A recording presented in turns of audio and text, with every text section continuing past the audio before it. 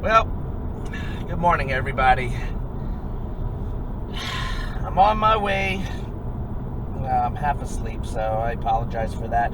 Also apologize that I'm using the dash cam system for this video. I'm going to do it for a couple of videos here and there as necessary. Mostly because my suction cups are having some trouble hooking up, and several people have sent me emails saying they kind of get very nauseous when they see my face. So, you understand. I'm pretty frightening looking. But all kidding aside, I'm on my way to Charlie's Honda. Now, why am I on my way to Charlie's Honda? Again.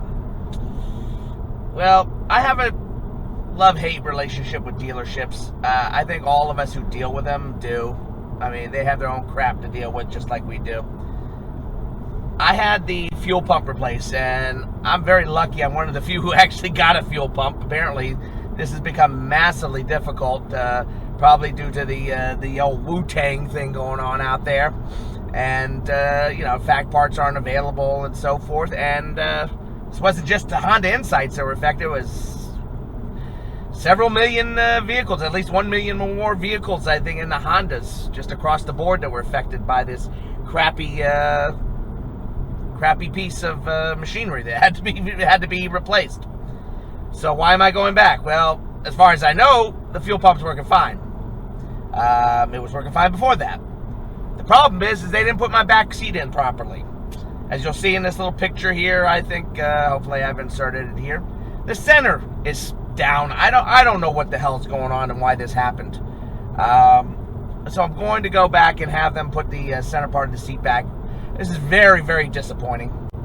I was going to go to Adam first because he reconnected my amps, but he didn't put the backing on very well, and they look kind of crappy. And I'll be perfectly honest with Honda, it's very interesting. I've always said I thought that the finish of Hondas are very nice, but their fit is really, I mean, I haven't had a bunch of them, but their fit is really kind of touch and go.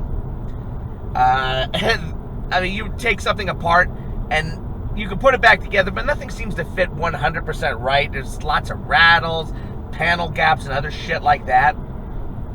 And that's the same with the seat backings. They're popping off. He needs to fix them and do them correctly. My concern is, how dealers can be. You're going to show up there and say, well, the seat backing isn't right and all that. And I couldn't see Adam before I'm going to see them. And I don't want to be, oh, the bottom of the seat, that's all because of your amplifiers. No, they're not. The bottom has really nothing to do with it. Not with the amps, at least. So it was always fine until they took it off and put it back on. And now there's that big gap in the center. I don't care how they fix it. Just fix it. It's ridiculous. I'm gonna see if I can talk to their supervisor today.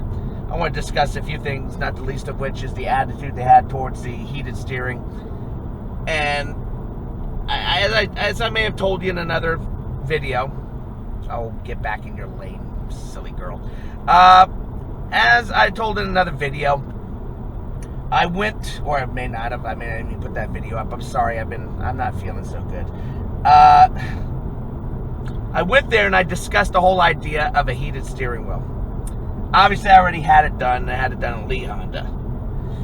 And the guy at the desk calls, and the mechanics tell him, oh, it's not offered on the Insight. So, they tell us, oh, we got to follow the rules. We can't just put it on there. And it kind of ticked me off. I didn't want to get into a big fight, but I want to discuss that with the manager because I think that's kind of fucking ridiculous. It's the same damn steering wheel. It really is. There's no real difference except it's got heat in it and you need a new clock spring. There even plugs underneath there for the heated steering setup. Very simple. It's basically a steering wheel changeover. And I want to tell them how the other people at the other Honda dealership responded when I said, hey, they say it's, they won't replace it. And the other guy at the other Honda dealer said, why? It works.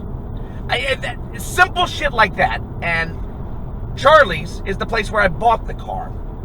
And I really want to talk to him about why I have to go through that shit. When I bought the car from them, I'd say the least they could do is talk to me nicely. They seem very disinterested. Then again, customers suck, and that includes me. I suck too when I'm a customer. And customers are idiots, and that very much includes me because I am an idiot. Sometimes, most of the time. Okay, I'm always an idiot, but whatever. God, my voice is off. I just woke up. At this point, I want to get a small aside in, and yes, look at me. Pretty frightening, I know. I look a little bit, well, right up here, that's a picture of a relative of mine. He starred in The $6 Million Man. I wanted to throw in real quick, I did talk to the original guy who told me they had to follow the rules with the whole steering wheel debacle and thing. And we had another discussion, and he handled himself very well. What he basically said is if I had the steering wheel with me, they probably would have worked out to put it in.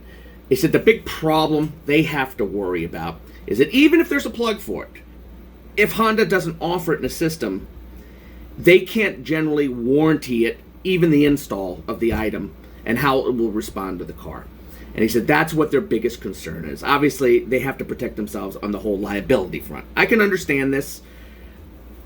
It's obnoxious and stupid, but I understand it. He said, you know, even though it works and there's no reason why it shouldn't work, he says you still got to keep in mind there could be design aspects of the car that could cause trouble, that it could cause trouble with electrical. They don't know, and that's their concern. But he did say, and I don't think it's true, but who knows, that he would have installed it if I had brought it with me. They would have worked it out. They just can't order one and install it, and they said they wouldn't warranty it. They couldn't do that. So I just want to put that aside in, that he actually handled himself very well this second time, explaining their position. That's now the second part of the reason I'm going there, and it's going to be part of a series where I try to get this fixed, is I got noise in my AC vent. Center vents. This has been going on pretty much since the day I bought the car, but it's only now become almost non-stop. It happens all the time when the AC is running. Only AC. Never happens with the heat. So I've been having this looked at by several dealerships, and we're going to go deeper into it, but I know the first time I ever turned on the AC, I had remembered hearing this noise, but it would go away pretty quickly, and then it would come, and I could never tell when it was there. I decided not to pursue it. I figured it was just a one-off, and it may happen every once in a while. And since then, I would play my music so loud you couldn't even hear it. But it's almost constant now, and other people have reported it. So I'm going to try to figure out what's going on with the center vent. You're going to hear this as a common thread in a couple other videos because I'm having this researched. Because I took it to Lee. Lee looked at it, and they think it's the, I keep saying condenser, but it's the evaporator. The evaporator is way down in the bottom of the damn dashboard. And let's be honest, I don't want the whole dash taken out. I mean, it'll never be the same again after that. We all know that.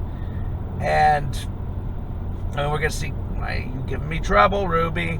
I'm using the water bottle. I don't normally use it on roads like this, but this road's pretty open, so I'm using my water bottle trick on here. Try to be very careful. So I really don't want the whole dash taken apart. And they said the other problem is, while they don't have a problem with it, they said the first thing Honda's going to ask is, has the customer done any changes to the car?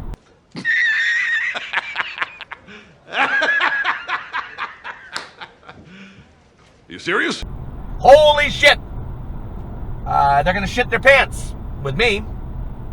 I've done a lot of changes with the car, but I haven't ripped the dash apart all that much, and I certainly haven't gotten near the air conditioner, and this is coming from inside the air conditioner. The closest I've even come to these front center vents is these vents were replaced once by a Honda dealership, so I got the paperwork for that.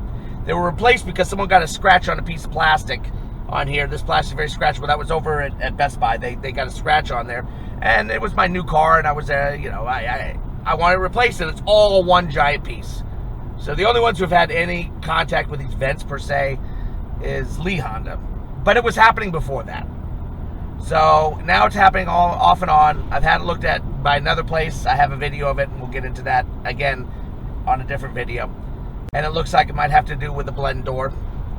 So I'm going to have to try to figure out what that rattle is. So if you're having that rattle in your center vents, and it only happens with your AC, and only when the AC is cooling, it won't happen when the AC is just blowing, regular air. It has to do with a mixed door or whatever. Please email me, vertier400@gmail.com, and we'll talk about it. So that's the end of this video. I didn't want to get too deep into it. I will show you, well, it's probably not the end of the video, but I'll show you the repair done on the back seat. And then I guess we'll end the video. Okay? So that's it for me. Verdier out. Well, hey guys.